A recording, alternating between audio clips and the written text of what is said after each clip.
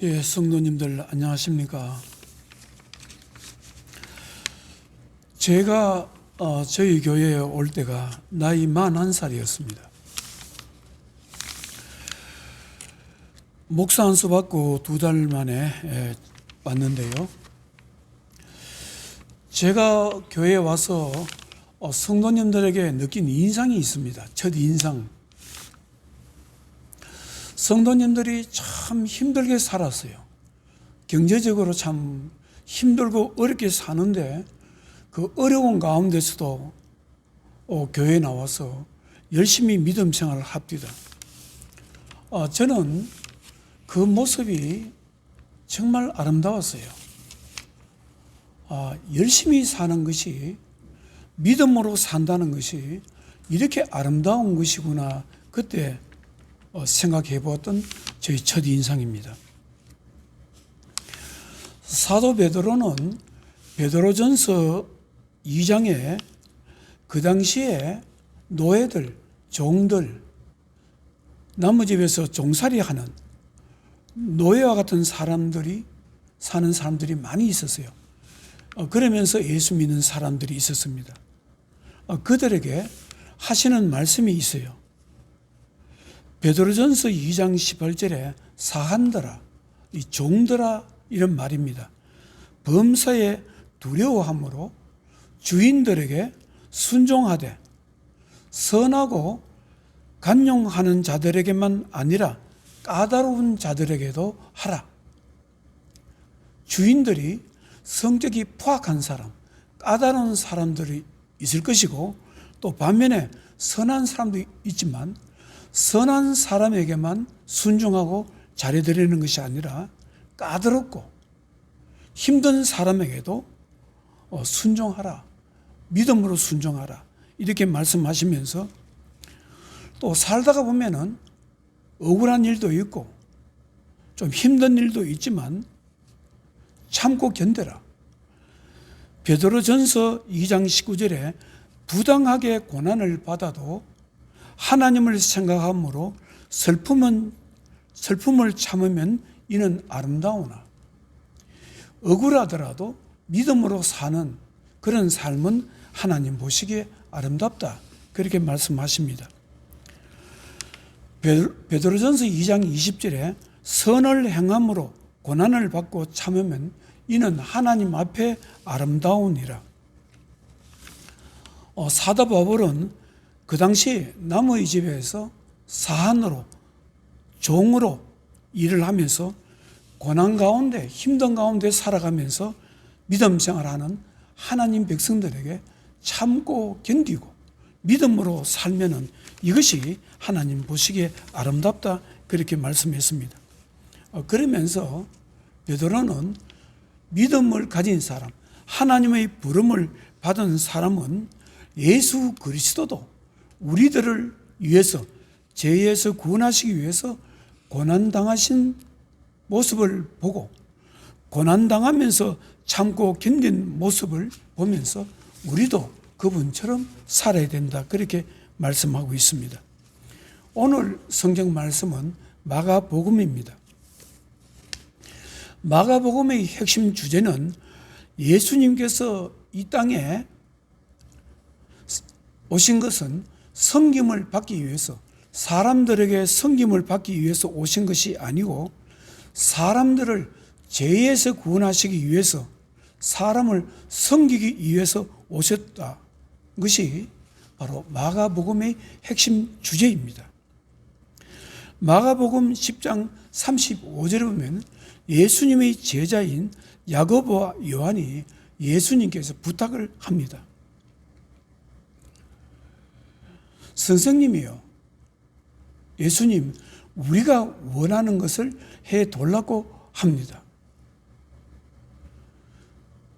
그래서 너희들이 원하는 것이 무엇이냐, 이렇게 예수님께서 물으시니까 마가복음 10장 37절에 주의 영광 중에서 우리를 하나는 주의 우편에 하나는 좌편에 앉게 하여 주옵소서 말씀합니다.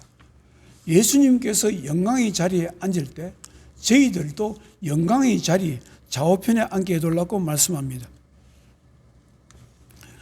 예수님께서는 제자들의 말씀을 들으면서 이렇게 말씀합니다.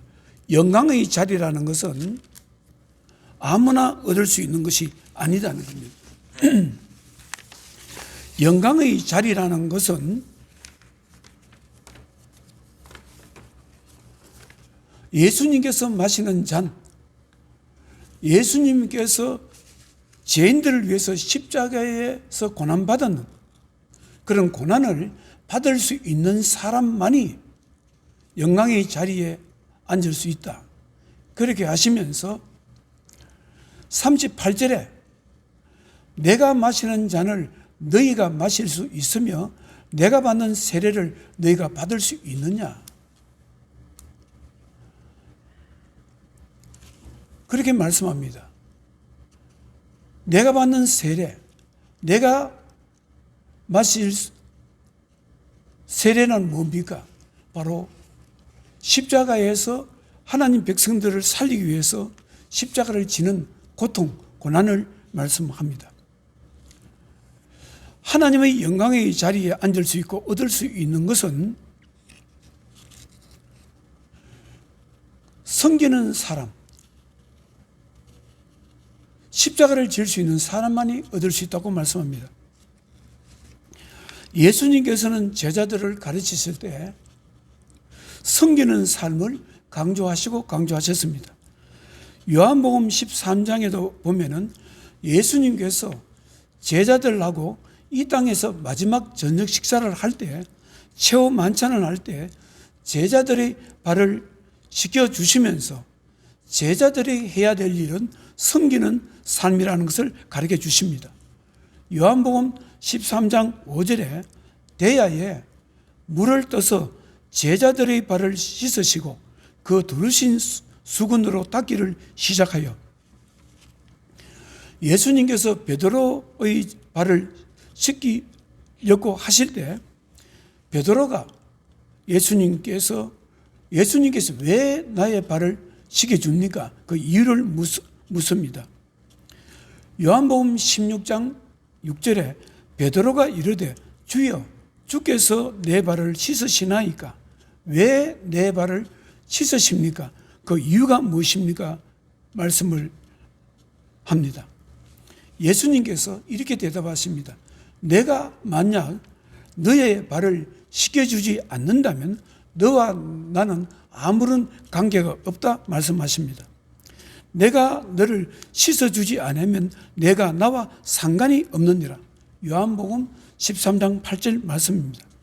예수님께서 제자들의 발을 씻으신 것은 제자들의 발이 단순히 더러워서 씻는 것이 아니고 발을 씻으신다는 것은 사람들의 죄를 깨끗이 씻겨주시기 위해서 예수님 자신이 십자가에서 사람의 죄를 대신해서 제물이 되어 죽으신다는 뜻입니다. 사람에게 영원한 생명을 주시기 위해서 자신의 생명을 내놓으신다는 그런 뜻이 바로 제자들의 발을 씻겨주는 의미고 뜻입니다. 예수님께서는 제자들의 발을 다 씻으신 후에 이렇게 말씀하십니다. 내가 주와 또는 선생이 되어 너희 발을 씻었으니 너희도 서로 발을 씻어주는 것이 옳으니라. 요한복음 13장 14절입니다. 예수님께서는 제자들에게 서로 발을 씻어주는 삶을 살아야 된다. 섬기는 삶을 살아야 된다. 세상을 살리기 위해서 십자가를 지는 삶을 살아야 된다고 말씀하십니다. 요한복음 13장 15절에 내가 너희에게 행한 것이 너희도 행하게 하려 하여 본을 보였노라. 내가 발을 씻겨주는 것은 내가 너희들을 위해서 십자가를 지는 것처럼 너희들도 앞으로 세상 사람들의 영혼을 구원하기 위해서 십자가를 지는 삶, 발을 씻어주는 삶, 그들의 죄를 깨끗하게 하는 삶을 살아야 된다고 그렇게 말씀하셨습니다. 예수님의 가르침의 중심에는 섬기는 삶이 있습니다. 하나님이 나라를 위하여 고난받는 삶이 없이는 예수님께서 주시는 영광의 자리에 앉을 사람은 아무도 없습니다. 세상에서 얻을 수 있는 영광의 자리는 자신의 근세를 마음대로 부리고 행사하는 자리이지만, 하나님께서 주시는 영광의 자리는 하나님의 뜻 가운데 사람을 섬길 수 있는 사람만이 얻을 수 있는 자리라고 예수님께서 말씀을 하십니다. 마가복음 10장 42절에 예수님께서 야고보와 요한에게 말씀합니다. 이방인의 집권자들이 그들을 임의로 주관하고 그 고관들이 그들에게 권세를 부리는 줄을 너희가 알거니와 너희 중에는 그렇지 않을지니 너희 중에 누구든지 크고자 하는 자는 너희를 섬기는 자가 되고 너희 중에 누구든지 어떠함이 되고자 하는 자는 모든 사람의 종이 되어야 하리라. 예수님께서는 야고보와 요한에게 말씀을 합니다. 너희들이 하나님 나라에서 큰 자가 되려면 섬기는 자가 되어야 된다. 너희들이 어떠함이 되고자 할 때는 모든 사람이 종이 되어야 된다. 그렇게 말씀하시면서 예수님께서 이 땅에 오신 이유를 말씀합니다. 바로 마가복음 10장 45절입니다. 인자가 온 것은, 예수님께서 이 땅에 온 것은 섬김을 받으려 함이 아니라 도리어 섬기려 하고 자기 목숨을 많은 사람의 대속물로 주려 함이니라. 사랑하는 성도 여러분, 여러분들은 섬긴다는 것을 어떻게 생각하십니까? 신앙 공동체를 섬긴다, 자신의 가정을 섬긴다, 자신의 가족과 형제를 섬긴다, 교회를 섬긴다는 것을 어떻게 생각하십니까? 사람과의 관계에서 서로 간의 믿음으로 섬긴다는 것은 보통 어려운 것이 아닙니다. 섬긴다는 것은 참으로 힘들고 힘든 것입니다. 왜 그러냐면 섬기기 위해서는 먼저 마음의 자세가 준비되어야 됩니다. 저는 지금까지 신앙생활을 하면서 하나님의 자녀가 인간관계에서 섬기는 삶을 살려고 하면 적어도 두 가지는 반드시 준비되어야 된다고 생각합니다. 한 가지는 사람이 사람을 섬기려면 자신의 마음이 상대편의 눈높이만큼 낮아져야 됩니다. 자신의 마음이 상대편의 눈높이만큼 낮아지지 않으면 상대편을 이해할 수 없습니다. 상대편만큼 자신의 생각과 마음이 낮아질 때 비로소 상대방을 이해할 수 있고 상대방을 섬길 수가 있고 상대방의 필요가 무엇인지를 알아서 채울 수가 있는 것입니다. 가정도 평안하고 행복한 가정을 만들려면 가족 구성원들이 먼저 섬기는 자세가 필요합니다. 부모님에게도 섬기는 자세가 필요하지만 자녀들에게도 형제들과 부모님을 섬기는 자세가 필요합니다. 모든 가족 구성원들이 섬기는 자세가 준비되어 있을 때 그 가정은 행복하고 건강한 가정이 되는 것입니다. 여러분들은 조정래 소설가 작가를 잘 아실 것입니다. 태백산맥, 한강, 아리랑이란 대하소설을 써서 많은 사람들이 이분의 책을 보았던 분입니다. 저도 이분에게 관심이 참 많습니다. 어떤 분인가, 어떤 생각을 가지고 있는 분인가, 그런 생각을 해서 이분이 글을 쓰면 저는 틈틈이 조금씩 봤습니다.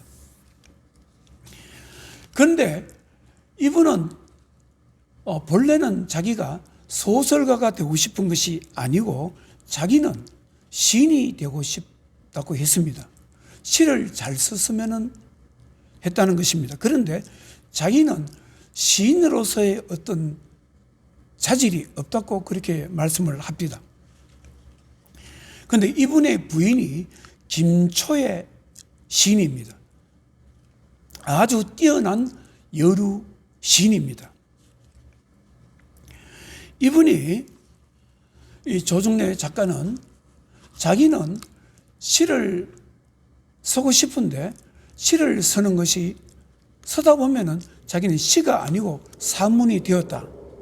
그렇게 하면서 자기 아내 김초의 시인의 시 한 편을 소개합니다. 시라는 것은 이런 것입니다. 그것이 조중래 작가가 자기 아내의 시를 소개한 것이 바로 김초의 시인이 쓴 어머니라는 시입니다. 제가 한번 읽어보겠습니다. 어머니. 한 몸이었다. 서로 갈려 다른 몸 되었는데 주고 아프게 받고 모자라게 나뉘일 줄 의 알았으리. 성금만 알아 선 줄 모르는 어머니, 당근만 익혀 단 줄 모르는 자식, 처음대로 한 몸으로 돌아가 서로 바꾸어 태어나면 어떡하리. 바로 김초의 시인이 쓴 어머니라는 시입니다. 조정래 작가가 자기 아내의 이 시를 소개합니다. 여기에서 보면 무엇을 알 수 있습니까? 어머니의 마음을 알 수 있습니다. 어머니는 성금만을, 자식을 섬기기 위해서 성금만을 멀어서 선 것을 먹어도 선 줄 모르고 먹지만, 자식들은 어머니가 주는 좋은 것, 맛있는 것, 당근만 먹어서 당근만 익혀 단 줄 모른다는 것입니다. 그것이 자식이라는 것입니다. 그런데 처음대로 돌아가서 바꾸고 태어나면 어떻겠느냐. 내가 자식이 되고 자식이 엄마가 되면은 그 자식은 나를 엄마를 이해할 수 있지 않겠느냐. 이 조정래 작가가 자기 아내의 시를 소개했습니다. 이 짧은 글에서 이렇게 어떻게 어머니의 마음과 자식의 생각을 이렇게 몇 줄 만에 이렇게 쓸 수 있느냐? 자기는 이렇게 쓸 수가 없습니다. 그렇습니다. 이 시에서 어머니의 마음을 자식들이 몰라주는 안타까움을 표현하고 있습니다.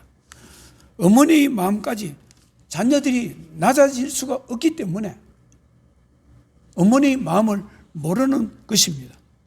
사람이 사람을 섬기려면 자신의 마음이 상대편의 마음가짐, 상대편의 생각만큼 낮아져야 됩니다. 낮아질 때 이해할 수 있고 소통할 수 있고 상대편의 필요를 채울 수가 있는 것입니다. 그래서 섬김의 자세 중에는 반드시 마음이 낮아져야 되는 것입니다. 하나님과 우리의 관계도 마찬가지입니다. 사람의 마음이 철저히 낮아졌을 때 하나님이 보이고 하나님 마음을 이해할 수가 있는 것입니다. 그래서 하나님께서는 사랑하는 자녀의 마음을 믿음 안에서 낮추기를 원하십니다.